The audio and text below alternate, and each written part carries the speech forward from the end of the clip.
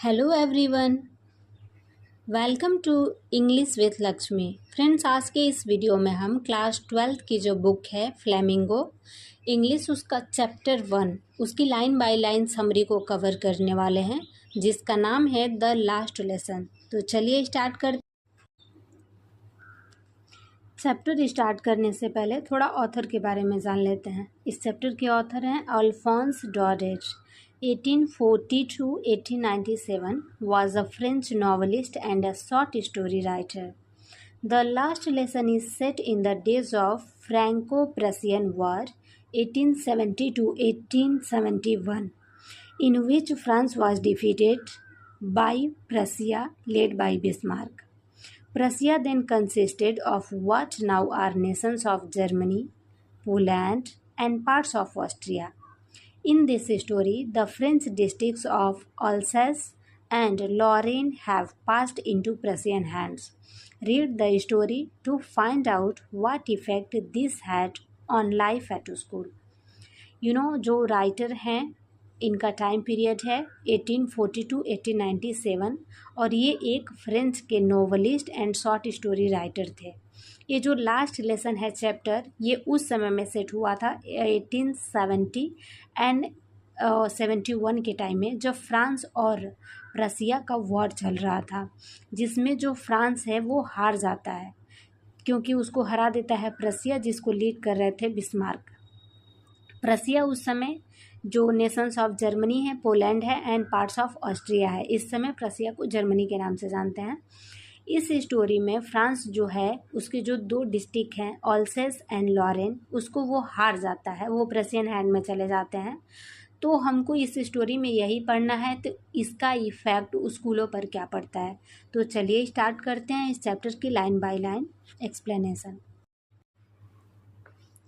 I started for school very late that morning and was in great dread of a scolding, especially because M. Hamel had said that he would question us on participles, and I did not know the first word about them. The narrator, whose name is Franz, got late at his home for the school. Mr. Hamel, who is his teacher at school, Franz had a fear that he would receive rebuke from his teacher because teacher would ask question about participle and Franz did not know anything about this. France जो कि narrator है, जिसने ये story narrate की है, वो उसको क्या होता है, घर पर लेट हो जाता है। मिस्टर एम हैमल उसके टीचर हैं। फ्रांस को डर होता है कि जब वो स्कूल जाएगा तो उसके टीचर गुस्सा करेंगे, डांटेंगे, क्योंकि उसके टीचर क्वेश्चन पूछने वाले होते हैं पार्टिसिपल पर, और फ्रांस को पार्टिसिपल के बारे में कोई आइडिया नहीं होता है। इसका मतलब ये है कि उसने पढ़ाई नहीं की होती है, तो उसको डर होता है कि ऑलरेडी मैं लेट हो गया हूँ और जब मैं स्कूल जाऊँगा तो मुझे डांट पड़ना। For a moment, I thought of running away and spending the day out of doors. It was so warm, so bright. The birds were chirping at the edge of the woods, and in the open field back of the sawmill, the Prussian soldiers were drilling. It was all much more tempting than the rule for participles, but I had the strength to resist and hurried off to school. Franz thought of not going to school. He thought of spending the day in the open because the weather was so warm and shining. At the edge of the jungle, birds were making noise. In the field, German soldiers were exercising. All this was more attractive than rules of participle. But Franz did not do that. He quickly went to school. France ने सोचा कि वो school नहीं जाता है, पूरा दिन वो बाहर स्पेंड करेगा, क्योंकि जो वेदर था ना वो बहुत ज़्यादा वार्म था, शाइनी था, और जो जंगल के किनारे पे जो बर्ड्स थी वो नॉइज़ कर रही थी, और ओपन फील्ड में जो जर्मन सोल्जर्स थे वो प्रैक्टिस कर रहे थे, एक्सरसाइज कर रहे थे। ये सारा कुछ फ्रांस को इतना ज़्यादा अट्रैक्टिव लग रहा था एज़ कम्पेयर टू जो पार्टिसिपल का रूल है उसके। लेकिन फ्रांस सोचता है, मतलब फ्रांस क्या करता है, ये सारी चीज़ें इंजॉय नहीं करता है, वो जल्दी से स्कूल के लिए चला जाता है। When I passed the town hall, there was a crowd in front of the bulletin board. For the last 2 years, all our bad news had come from there. The lost battles, the draft, the orders of the commanding officer, and I thought to myself, without stopping, what can be the matter now? Franz walked past the town hall. He saw a crowd in front of the notice board. Since last 2.5 years, notice board displayed bad news. The battles lost by France, the orders to join army, the orders of the head of the Prussian army. France did not stop at the town hall. He wondered what could be the matter. Town hall से जब वो पास होके France जाता है तो वो देखता है कि नोटिस बोर्ड के पास बहुत भीड़ लगी होती है।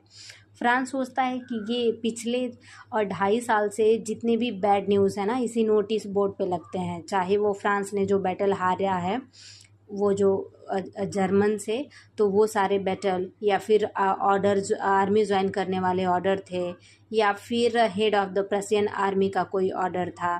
फ्रांस ये सारी चीज़ें सोच रहा होता है कि ये नोटिस बोर्ड के पास इतनी भीड़ क्यों है, सारे बैड न्यूज़ तो यहीं लगे होते हैं कि, लेकिन वो वहाँ रुकता नहीं है। मतलब ये चीज़ पता करने के लिए फ्रांस वहाँ नहीं रुकता है, बस ये सोचता रहता है कि अब क्या मैटर हो सकता है कि इतनी भीड़ लगी हुई है।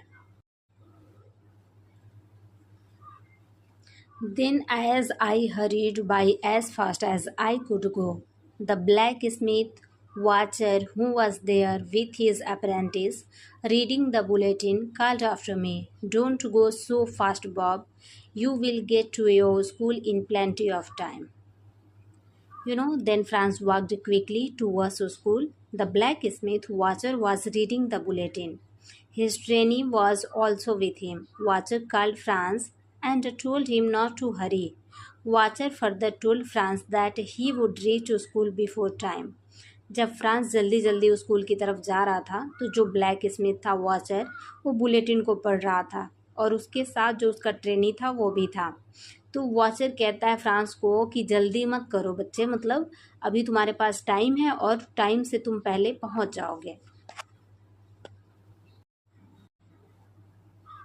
I thought he was making fun of me and reached M. Hamel's little garden all out of breath. Franz thought that Watcher was joking about him, so he kept walking quickly. Franz was breathing fast when he reached the garden of M. Hamel. France को लगा कि जो watcher है वो joke कर रहा है। France को लगा मैं ऑलरेडी लेट हो रहा हूँ तो ये मेरा मजाक बना रहा है, तो इसलिए फ्रांस जल्दी जल्दी जाता है और मिस्टर एम हैमल का जो गार्डन है वहाँ पे पहुँच जाता है। Usually, when school began, there was a great bustle, which could be heard out in the street. The opening and closing of desks, lessons repeated in unison, very loud, with our hands over our ears to understand better, and the teacher's great ruler rapping on the table. Most of the times at the beginning of the school, there used to be a lot of activities. Sound of these activities could be heard in the street. Sound of opening and closing of desks, sound of reciting lesson together. The recitation uses to be together in loud voice. Students would close their ears with hands. Teacher used to strike his ruler repeatedly on the table. कि ज़्यादा most of the time क्या होता है जब school start होता है तो बहुत ज़्यादा एक्टिविटीज़ होती है। जैसे एक्टिविटीज़ जो रहती है ना वो स्ट्रीट जो गलियाँ होती है वहाँ से भी सुनी जा सकती हैं। जैसे opening and closing of desk का जो साउंड होता है, सारा जो भी एक साथ कोई लेसन याद करना होता है, रिसाइट करने का जो साउंड होता है, और वो सारा जो लेसन रहता है ना वो एक साथ जो लाउड में बच्चे रिवाइज करते हैं, तो स्टूडेंट को ना अपने ईयर्स क्लोज करने पड़ते हैं अपने हैंड से। और जो टीचर का रूलर रहता है, जो उनका स्केल रहता है, उसको टेबल पे जो पटकते हैं, तो ये सारे sound most of the time आ रहे होते हैं। जो डेली का जो रेगुलर स्कूल का स्टार्टिंग होता है तो हर दिन ऐसे होता है।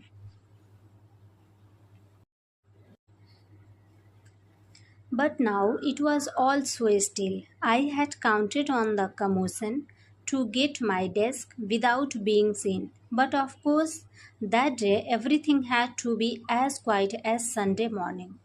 Through the window, I saw my classmates already in their places and M. Hamel walking up and down with his terrible iron ruler under his arm.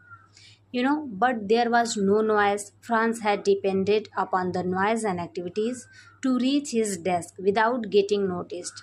But that day, everything was quiet as if it was a Sunday. M. Hamel was walking up and down in the class. He had his fearful ruler in his hand. France window से देखता है, उसके जो classmate हैं तो वो सारे बैठे होते हैं. उस दिन कोई नॉइज़ नहीं होता, मतलब रेगुलर वे में तो रेगुलर जो डे होता है उस दिन बहुत सारे शोर होते हैं, बच्चों के चैप्टर लर्न करने वाला नॉइज़ होता है, टीचर्स का जो रूलर रहता है उसको टेबल पे पटकने वाला नॉइज़ रहता है. लेकिन उस दिन कोई नॉइज़ नहीं रहता है. और फ्रांस नॉर्मल डे में क्या करता है, वो जो नॉइज़ रहता है उसी के मतलब उस भीड़ में छुप के वो कोशिश करता अपने बेंच तक चला जाए वहाँ पे, ताकि टीचर उसको नोटिस ना कर पाए. लेकिन उस दिन सब कुछ बहुत शांत था, जैसे कि संडे हो. क्यों? क्योंकि संडे को स्कूल क्लोज रहता है और कोई भी स्कूल में शोर नहीं होता है, इसलिए फ्रांस को लगता है संडे जैसा मतलब चल रहा होता है सब कुछ. और जो एम हेमल होते हैं वो वॉकिंग कर रहे होते हैं क्लास में अप एंड डाउन, और उनका जो फियरफुल रूलर रहता है वो उनके हैंड में रहता है. I had to open the door and go in before everybody. You can imagine how I blushed and how frightened I was. But nothing happened. M. Hamel saw me and said very kindly, "Go to your place quickly, little Franz. We were beginning without you." Franz opened the door. Everybody noticed him while he went to his desk. He felt shy and feared, but nobody said anything to him. His teacher, M. Hamel, saw him. He spoke very kindly to him. He asked him to go to his desk. He further said that they were about to start the class without Franz. All these are indications that something had changed. Everybody was serious. France noticed these changes. जब France door open करता है तो सारे लोग उसको देख रहे होते हैं, तो मतलब उसके लिए ये चीज़ बहुत साई फील करने वाला होता है और बहुत ज़्यादा उसको डर भी लग रहा होता है, क्योंकि उसने पार्टिसिपल का कोई रूल वगैरह भी नहीं लर्न किया है और फिर लेट भी हो गया उसको, और सारे लोग जब देख रहे होते हैं तो उसको साई फीलिंग आती है. लेकिन कोई उससे कुछ बोलता नहीं है. इनफैक्ट जो उसके टीचर हैं मिस्टर एम हैमल, वो उसको देखते हैं और बहुत काइंडली बोलते हैं कि जाओ अपने बेंच पे बैठ जाओ, और ये भी कहते हैं कि हम लोग तुम्हारे बिना ही क्लास शुरू करने वाले थे, तो जाओ और अपने बेंच पे बैठ जाओ. ये सारी चीज़ें ना मतलब एक इशारा होती हैं कि कुछ तो चेंज हो गया है, क्योंकि उस स्कूल नोटिस बोर्ड के पास भी वहाँ भीड़ रहता है. फिर उस स्कूल में बाकी मतलब संडे जैसा लग रहा होता है, क्योंकि कोई शोर नहीं, सारी चीज़ें, और टीचर भी बहुत पोलाइटली बात करते हैं, तो और सब कोई सीरियस होता है. तो फ्रांस ये सारे चेंजेस नोटिस कर सकता था, लेकिन उसको पता नहीं था एक्चुअली में चेंज हुआ. I jumped over the bench and sat down at my desk. Not till then, when I had got a little over my fright, did I see that our teacher had on his beautiful green coat, his frilled shirt, and the little black silk cap, all embroidered, that he never wore except on inspection and prize days. Franz sat on his desk. He took some time to overcome his fear. After that, he noticed that his teacher was wearing a different dress that day. He was wearing a beautiful green coat, a frilled shirt, and a small cap of black color. All these had embroidery on it. He wore his dress on inspection and special day. This was further indication that something had changed. France अपने bench पे पहले तो बैठता है, उसको थोड़ा time लगता है वो उसका जो फियर रहता है वो कम करने में. तो जब बैठता है थोड़ा रिलैक्स होता है, तो वो क्या नोटिस करता है कि जो उसके टीचर हैं वो डिफरेंट ड्रेस पहने रहते हैं, और ग्रीन कलर का जो कोट होता है वो पहने रहते हैं, फ्रिल्ड शर्ट पहने रहते हैं, ब्लैक स्मॉल कैप लगाए रहते हैं जिस पे एम्ब्रॉयडरी की गई रहती है. तो ये नॉर्मल ये जो ड्रेस है जो उनके टीचर हैं या तो इंस्पेक्शन डे होता है तब पहनते हैं, या फिर कोई प्राइज डे या कोई स्पेशल डे होता है तभी पहनते हैं.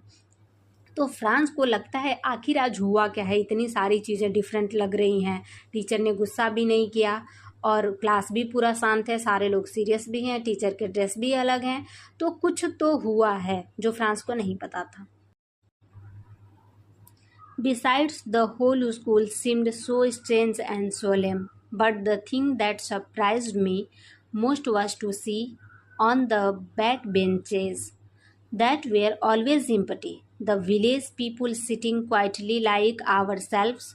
Old Hauser with his three concerned cornered hat, the former mayor, the former postmaster, and several others besides.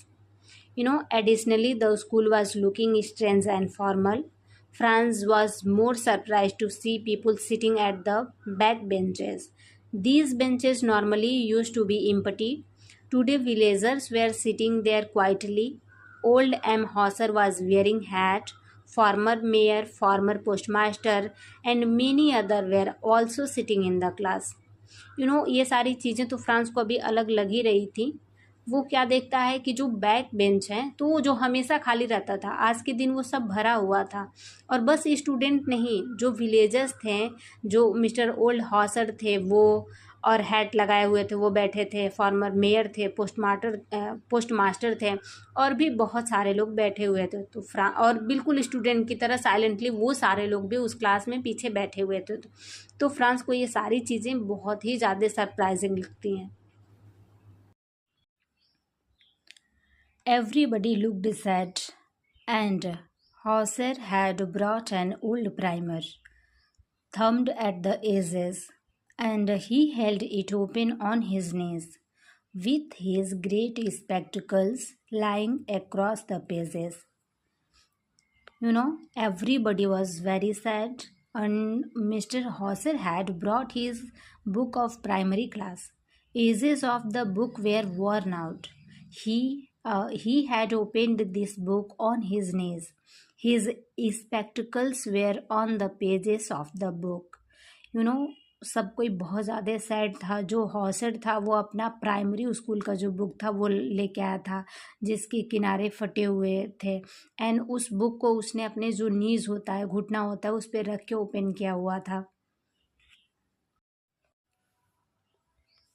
While I was wondering about it all, M. Hamel mounted his chair and, in the same grave and gentle tone which he had used to me, said, "My children, this is the last lesson I shall give you."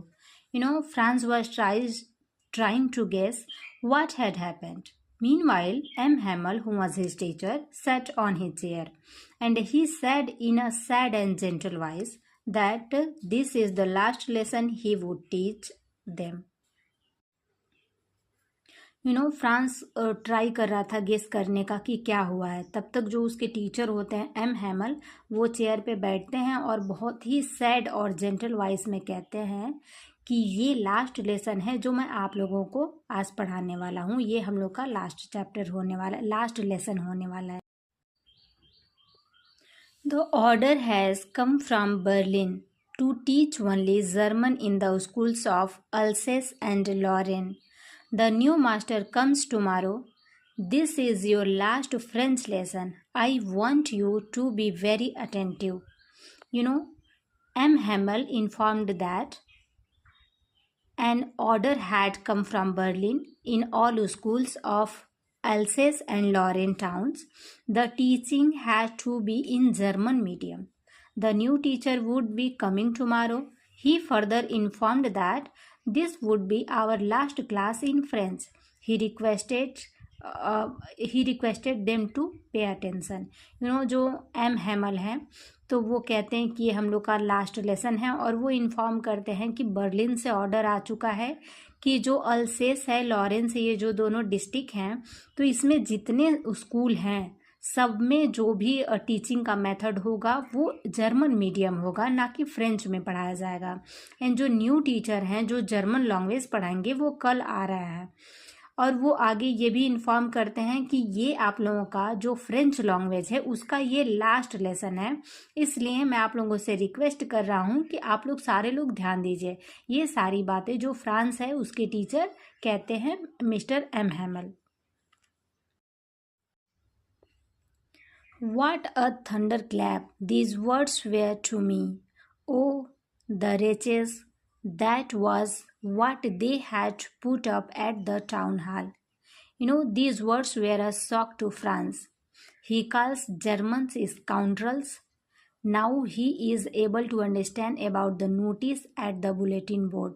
जब France अपने teacher की बात को सुनता है तो उसके लिए ये शॉकिंग रहता है, और जर्मन्स को वो स्काउंड्रल बोलता है और कहता है कि अब उसको नोटिस पे, जो बुलेटिन बोर्ड पे जो भीड़ लगी हुई थी, जो लोग खड़े थे, तो अब उसको समझ में आता है कि ये नोटिस बोर्ड पे यही इंफॉर्मेशन लगी हुई थी. My last French lesson. Why I hardly knew how to write. I should never learn any more. I must stop there. Then, oh, how sorry I was for not learning my lessons, for seeking birds, eggs, or going sliding on the shore. Franz is talking to himself. My last lesson in French. I do not know how to write French. He thinks that he should have learnt more. He wants to learn more. He regrets going in the jungle for picking eggs. He regrets going for ride boating on Sar River. जब France को पता चलता है कि ये उसका last French lesson है, तो अपने मन में अपने आप से बात कर रहा होता है कि मेरा फ्रांस जो फ्रेंच लैंग्वेज है उसका लास्ट लेसन है, और मुझे फ्रेंच लिखने तक नहीं आता है. कहता है कि मुझे और ज़्यादा फ्रेंच लैंग्वेज सीखना चाहिए था. अब मैं सीखना चाहता हूँ. वो रिग्रेट करता है कि वो जब क्लास बंक करके वो जाता था, एग स्पीकिंग करता था, और ये बोटिंग करता था सार रिवर में. तो ये सारी चीज़ें, वो अपने सब्जेक्ट पर, फ्रेंच लैंग्वेज पर उतना फोकस नहीं करता था. लेकिन अभी उसको बहुत ज़्यादा रिग्रेट हो रहा है कि मैं तो फ्रेंच लिखना भी नहीं जानता, मुझे और ज़्यादा सीखना चाहिए था. जब मेरे पास टाइम था तो मैंने किया नहीं, और आज मेरा लास्ट लेसन है. My books that had seemed such a nuisance a while ago, so heavy to carry, my grammar and my history of the sands, were old friends now that I couldn't give up. And M. Hamel too. The idea that he was going away, that I should never see him again, made me forget all about his ruler and how cranky he was. Now Franz thinks that his books were his friends. Earlier, he used to think that these were a problem for him. He did not want to give up books. He also understood that M. Hamel would be going away from school. Franz will never see him again, so he forgot everything about his ruler and his strange behavior. France सोचने लगता है कि उसके book ही उसके सबसे अच्छे friends थे, और जिन्हें पहले उसको प्रॉब्लम लगता था कि ये किताबें उसके लिए प्रॉब्लम हुआ करती थी, लेकिन लग रहा है कि अभी सोचता है कि वही मेरे सबसे अच्छे फ्रेंड थे.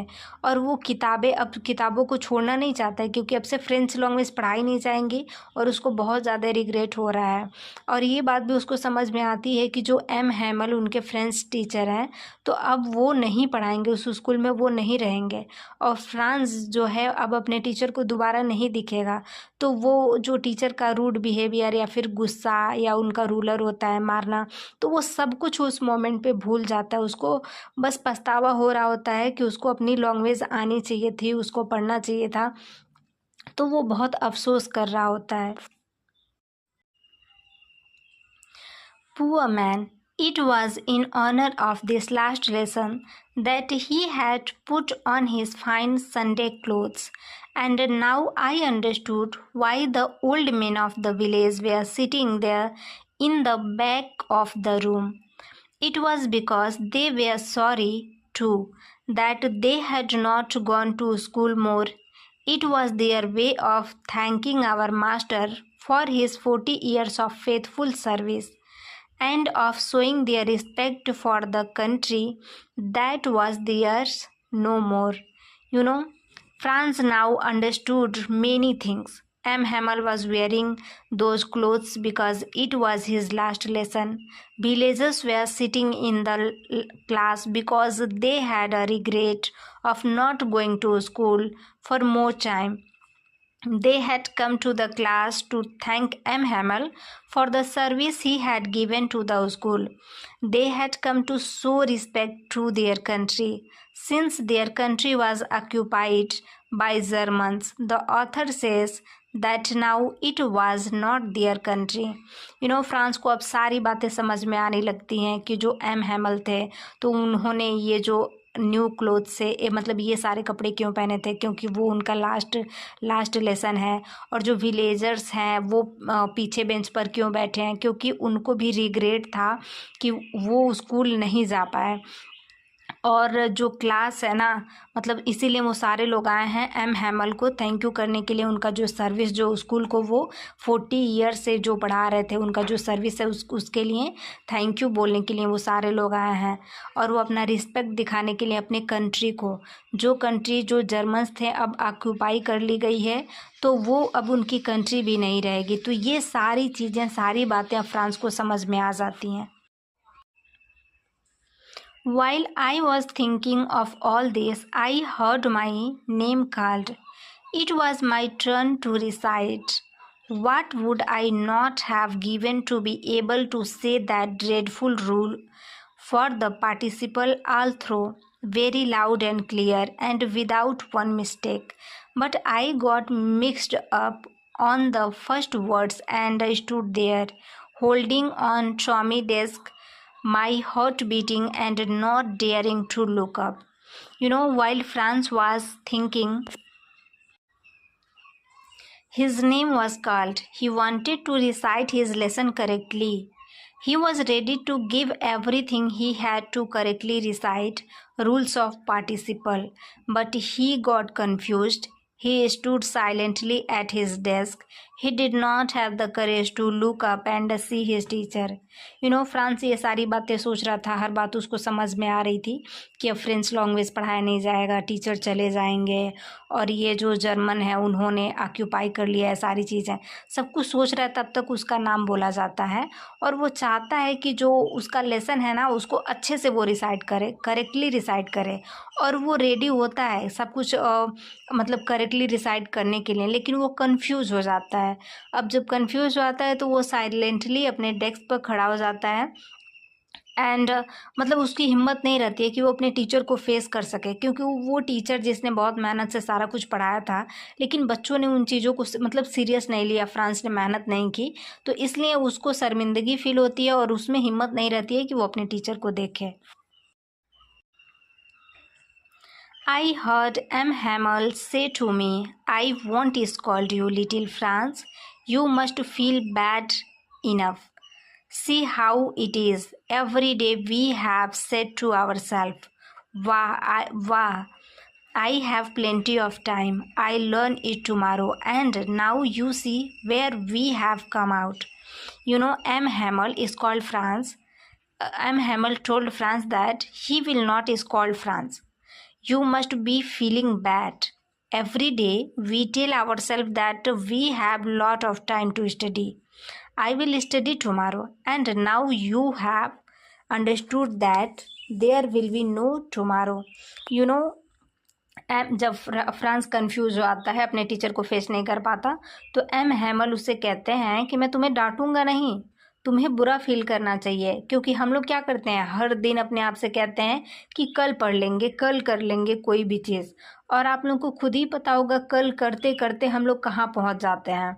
तो वही उसके टीचर कह रहे होते हैं कि हम लोग को तुम्हें बुरा फील करना चाहिए, क्योंकि हमेशा जब भी पढ़ाई करनी होती है तो कल पढ़ लेंगे। और देखो कि ये बात तुम्हें समझ में आ गई होगी कि कोई आने वाला कल नहीं होता है, जो है आज ही आपका है। अगर आप कोई काम कल पर टाल रहे हैं तो आप वो चीज़ ठीक नहीं कर रहे हैं।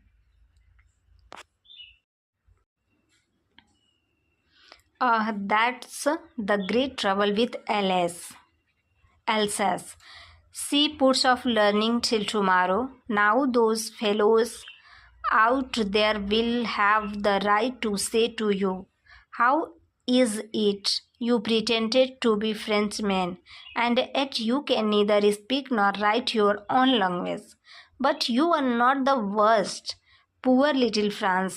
We have all a great deal to reapproach ourselves with. M. Hamel continues that it is the big trouble with people of village Alsace. People postpone learning to next day, and now Germans will tell you that you do not know how to read or write French. So why should you call yourself Frenchman? But France, you are not worst. We all need to repent ourselves. M Hamel और भी चीज़ें उसको समझाते हैं, कहते हैं कि ये मतलब ये जो विलेजर्स हैं अल्सेस के, उन सब की प्रॉब्लम है। लोग बाद में सीख लेंगे के चक्कर में ये जो लैंग्वेज है उसको पोस्टपोन करते रहते हैं। और जर्मन्स आएंगे तो क्या कहेंगे, तुम लोग कहते हो अपने आप को कि फ्रेंच मैन हो और तुम लोग को फ्रेंच लिखने और पढ़ने भी नहीं आता है। कहते हैं कि फ्रांस, बस तुम्हारी ये गलती नहीं है, हम सारे लोगों को जो हमने किया है ना उसके लिए हम सारे लोगों को पछताने की ज़रूरत है कि हम अपने आप को फ्रेंच मैन बोलते हैं और हम लोगों को फ्रेंच ना लिखने आता है ना पढ़ने आता है। Your parents were not anxious enough to have you learn. They preferred to put you to work on a farm or at the mills so as to have a little more money. And I have been to be blamed also. Have I not often sent you to water my flowers instead of learning your lessons? And when I wanted to go fishing, did I not just give you a holiday? Mr. M. Hamel continues, your parents were not serious about your education. They used to put you on some work to earn money, on a field or a mill. I am also to be blamed. I used to send you to my garden for watering flower plants.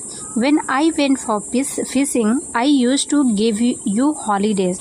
Mister M Hamel कहते हैं कि बस आप लोगों की गलती नहीं है, आपके पेरेंट्स की भी गलती है कि वो लोग आपके एजुकेशन को लेके कभी सीरियस नहीं थे। वो लोग आपको कभी फील्ड में कभी मिल में लगा देते थे काम करने के लिए, so that they can earn extra money.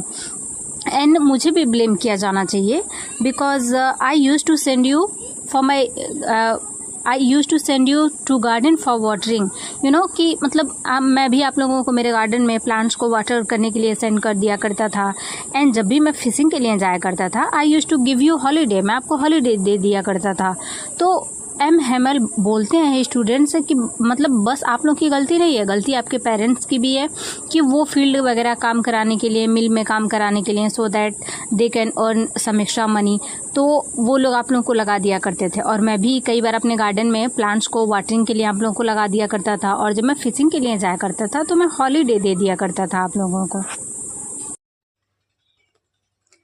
Then from one thing to another, M. Hamel went on to talk of French language, saying that it was the most beautiful language in the world, the clearest, the most logical, that we must guard it among us and never forget it. Because when a people are enslaved, as long as they hold fast to their language, it is as if they had the key to their prison. M. Hamel continues to talk about many things about French language. He says that French is the most beautiful, clearest and logical language in the world. We must continue to speak French and always protect this. He says that when we continue to be attacked to our own language, we have the key of our prison. ये जो M हैमल है वो French language के बारे में अब बताते हैं। कहते हैं कि फ्रेंच लैंग्वेज मतलब वर्ल्ड का सबसे खूबसूरत, सबसे क्लियर और लॉजिकल लैंग्वेज है, और हमको ये फ्रेंच जो है ना, इसकी स्पीकिंग कंटिन्यू करनी चाहिए, हमको सीखना चाहिए और इसे प्रोटेक्ट करना चाहिए। जब भी कभी कोई अटैक करता है, हम स्लेव हो जाते हैं, तो यही चीज़ हमारे पास की रहेगी। फॉर एग्ज़ाम्पल, आपका जो भी अपना लैंग्वेज है, जो नेशनल या मदर टंग जो भी जिसका रहता है, तो उसके लिए वो सबसे अच्छा वर्ल्ड का लैंग्वेज होता है। तो इन लोगों के लिए जो फ्रेंच लैंग्वेज था तो वो बहुत ही अच्छा था, इनके लिए वो वर्ल्ड का बेस्ट लैंग्वेज फ्रेंच था। और ये जो एम हैमल टीचर हैं वो यही कहते हैं कि हम लोग को फ्रेंच सीखना चाहिए, क्योंकि हम लोग अगर बात कर रहे हैं कि मतलब कोई ऑक्यूपाई किया है, क्योंकि अब जर्मनी ने ऑक्यूपाई कर लिया था, तो अब जो भी सिलेबस वगैरह था अब सब जर्मन लैंग्वेज में पढ़ाया जाएगा। तो ये कह रहे हैं, कोई ये कहेगा कि आपको इस लैंग्वेज से लगाव ही नहीं है, आपको जो लैंग्वेज बोलने ही नहीं आता, जो आपका अपना लैंग्वेज है वो आपको सीखना चाहिए, आपको आना चाहिए और उस लैंग्वेज पे आपको प्राउड फील करनी चाहिए। Then he opened a grammar and read us our lesson. I am amazed to see how well I understood it. All he had seemed so easy. He said seemed so easy. So easy, I think too, that it had never listened so carefully. And that he had never explained everything with so much patience. It seemed almost as if the poor man wanted to give us all he knew before going away, and to put it all into our heads at one stroke. You know, now Mr. M. Hamel taught them grammar, Franz and all the persons who were present there. Franz was surprised that he understood the lesson. It was very easy. Franz thought that he had never listened so carefully and Hamel had not explained so nicely. It appears that Hamel wanted to teach them everything he knew. He wanted us to understand in one attempt. France कहता है कि तब जो इनके teacher हैं वो इन लोगों को ग्रामर पढ़ाने लगते हैं और फ्रांस को बहुत सरप्राइज होता है कि उसको वो जो चैप्टर रहता है बहुत ईजिली समझ में आता है, उसको बहुत ईजी लगता है। फ्रांस सोचता है कि शायद मैंने कभी इतना ध्यान से नहीं सुना, आज मैं फुल फोकस के साथ सुन रहा हूँ, मुझे सारी चीज़ें बहुत अच्छे समझ में आ रही हैं।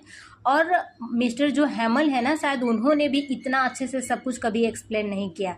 ऐसा लग रहा है कि मिस्टर एम हैमल जाने से पहले जो कुछ भी वो जानते हैं सारा कुछ हम लोग को समझा देना चाहते हैं और एक ही बार में मतलब हम लोग के माइंड में सारी चीज़ें फिक्स कर देना चाहते हैं। तो फ्रांस को ये सारी चीज़ें रियलाइज़ होती हैं। आप लोगों के साथ भी ऐसी चीज़ें होती हैं कि एग्ज़ाम आने से पहले टीचर बोलते रहते हैं कि पढ़ लो, लेकिन नहीं पढ़ना होता है। लेकिन जब एग्ज़ाम आता है या फिर जब पेपर दे के आते हैं तो लगता है ये सारी चीज़ें तो टीचर ने बोला था कि इम्पॉर्टेंट है, हमको थोड़ा फोकस करना चाहिए, लेकिन हम लोग कभी सीरियस नहीं होते हैं और जब तक सीरियस होते हैं उस टाइम में थोड़ा देर हो चुका होता है।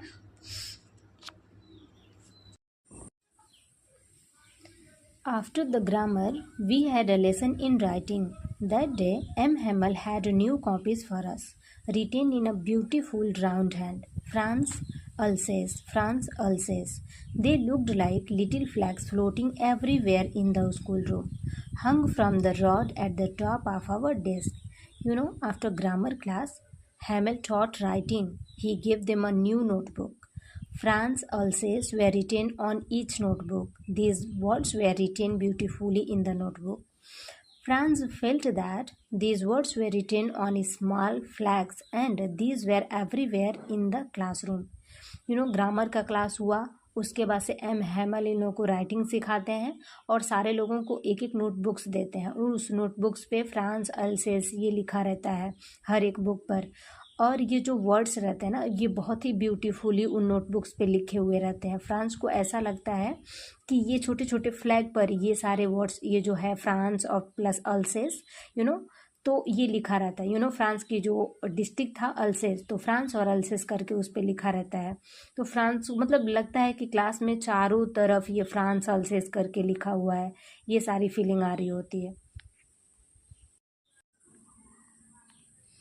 You ought to have seen how everyone set to work and how quiet it was.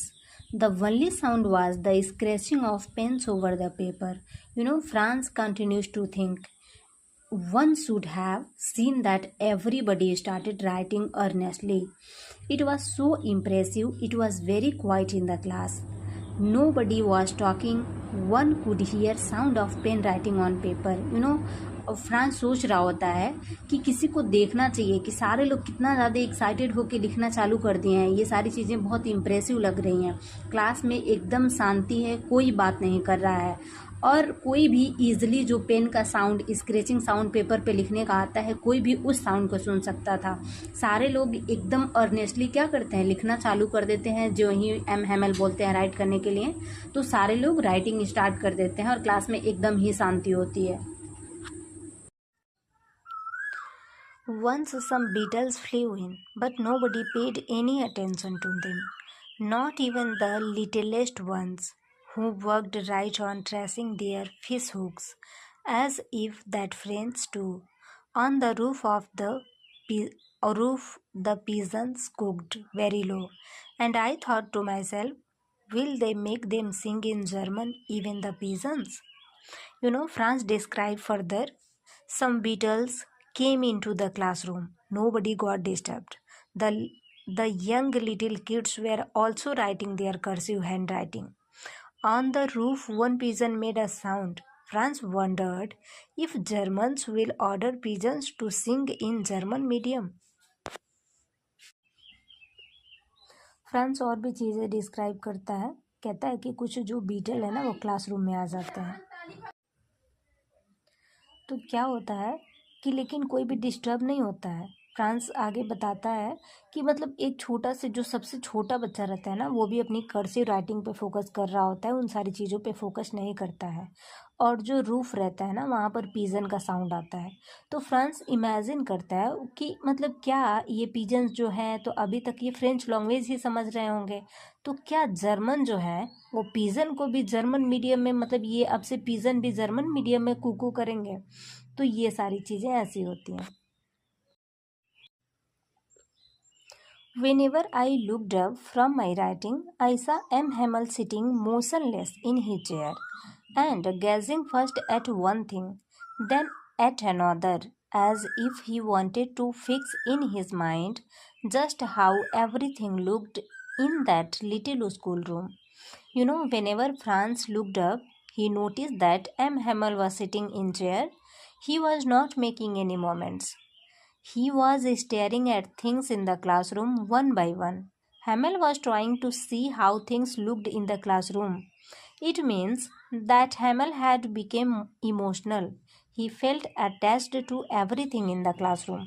France जब अपनी राइटिंग कर रहा होता है तो बीच में जब देखता है तो जो मिस्टर एम हैमल है वो अपने चेयर पे बैठे हुए हैं और कोई मोमेंट नहीं कर रहे हैं। इनफैक्ट वो क्या कर रहे हैं, हर एक चीज़ की तरफ देख रहे हैं वन बाय वन करके कि क्लास में कौन सी चीज़ कहाँ है।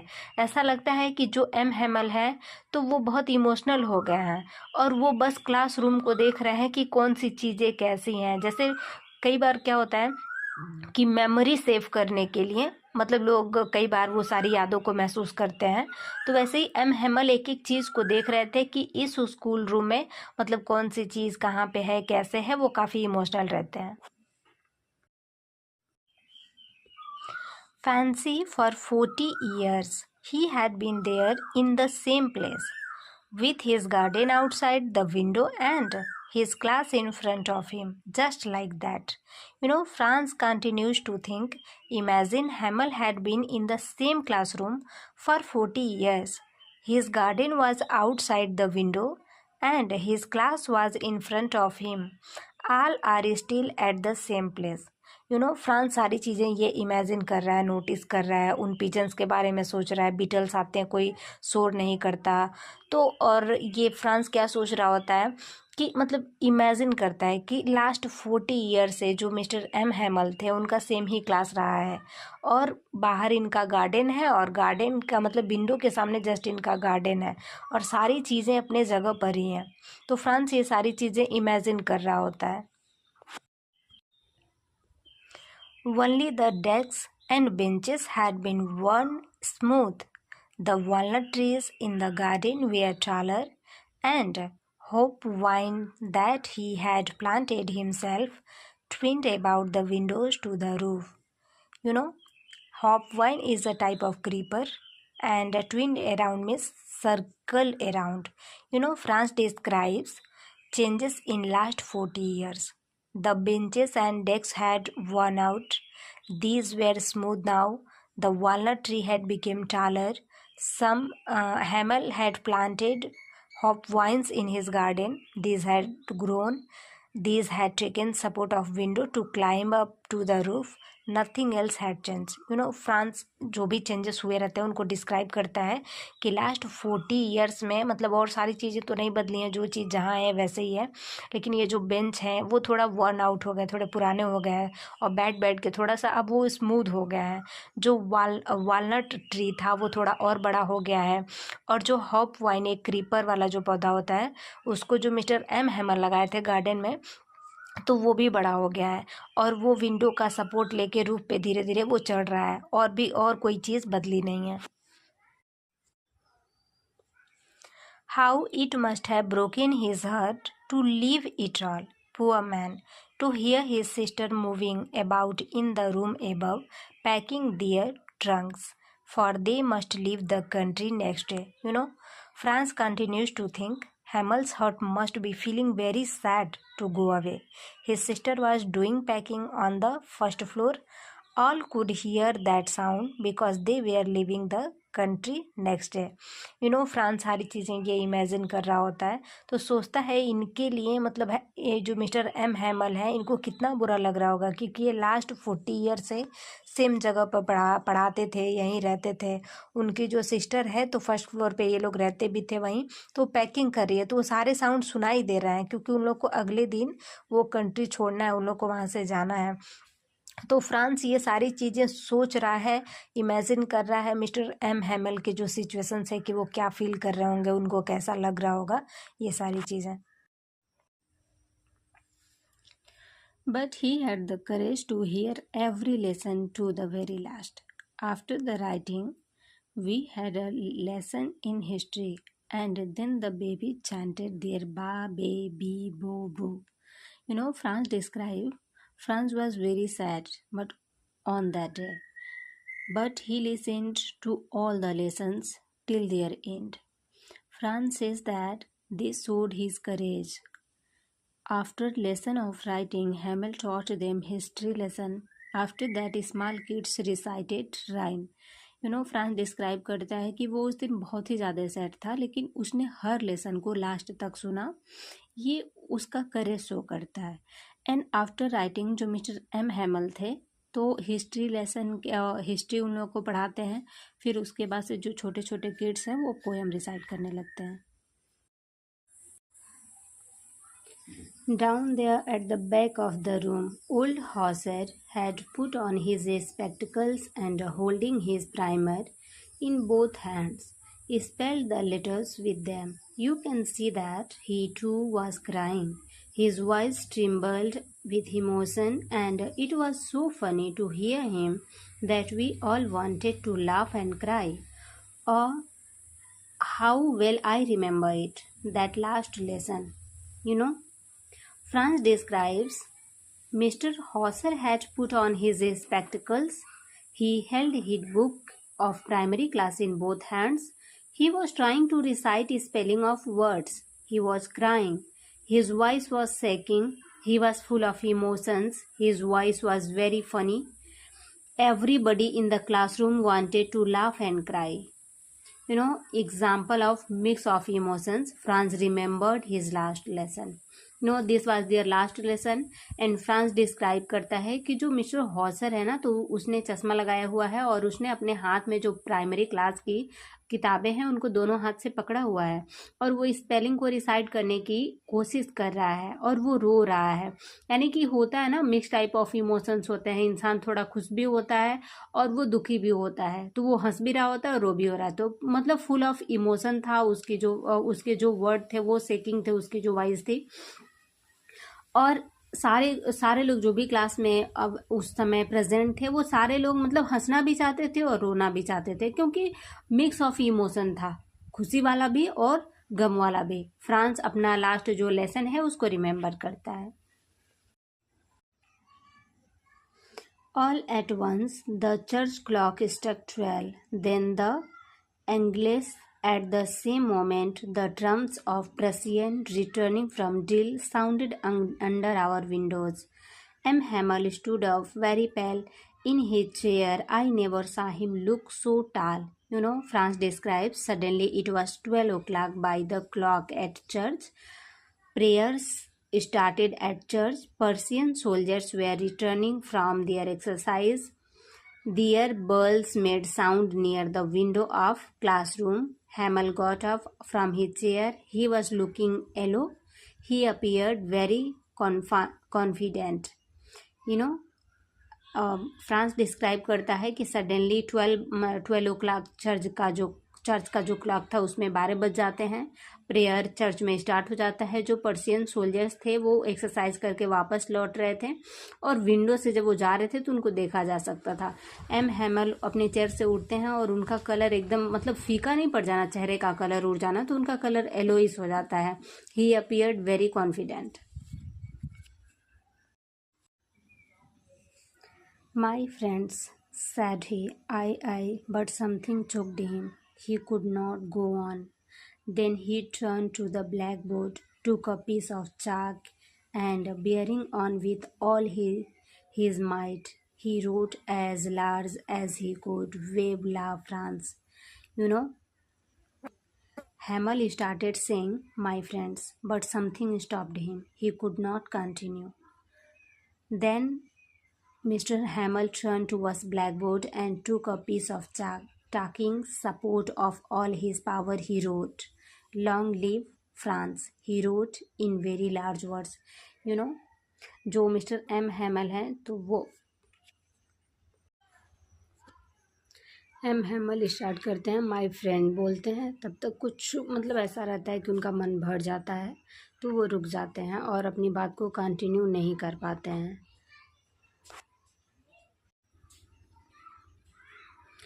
Then M Hamel turn towards blackboard, मतलब ब्लैक बोर्ड की तरफ मुड़ते हैं और एक चाक लेते हैं. फिर पूरे फुल पावर के साथ मतलब बोर्ड पर राइट करते हैं लॉन्ग लिव फ्रांस. जो यहाँ पे दिया हुआ है वेब ला फ्रांस का मतलब है लॉन्ग लिव फ्रांस. और बहुत बड़ा सा बोर्ड पर यही चीज़ लिख देते हैं. फिर उसके बाद वो then he stopped and leaned his head against the wall. And without a word, he made a gesture to us with his hand. School is dismissed. You may go. Hamel stopped and supported himself against the wall. Without speaking any word, he indicated school is dismissed. You may go. यानी कि विव ला France लिखने के बाद M हैमल मतलब सही से एक तरीके से कह सकते हैं तो वो खड़े तक नहीं हो पाते. वो खुद को वॉल का सपोर्ट लेकर ऐसे मतलब झुक जाते हैं और कहते हैं मतलब मुंह से तो कुछ बोलते नहीं, बस ये इशारा करते हैं कि आप लोग का क्लास स्कूल जो है डिसमिस हो चुका है और आप जा सकते हैं. आई होप आप लोगों को ये पूरी स्टोरी समझ में आई होगी कि कैसे ये लास्ट लेसन इस चैप्टर का नाम क्यों पड़ा और मिस्टर एम हैमल मतलब ये कौन है, फ्रेंच जो पढ़ाया करते थे ये, और फ्रांस के ये एम हैमल टीचर हैं और ये इनका लास्ट चैप्टर रहता है, लास्ट लेसन रहता है उस स्कूल में, इसलिए इस चैप्टर का नाम पड़ा है the last lesson. Thanks for watching. जय हिंद.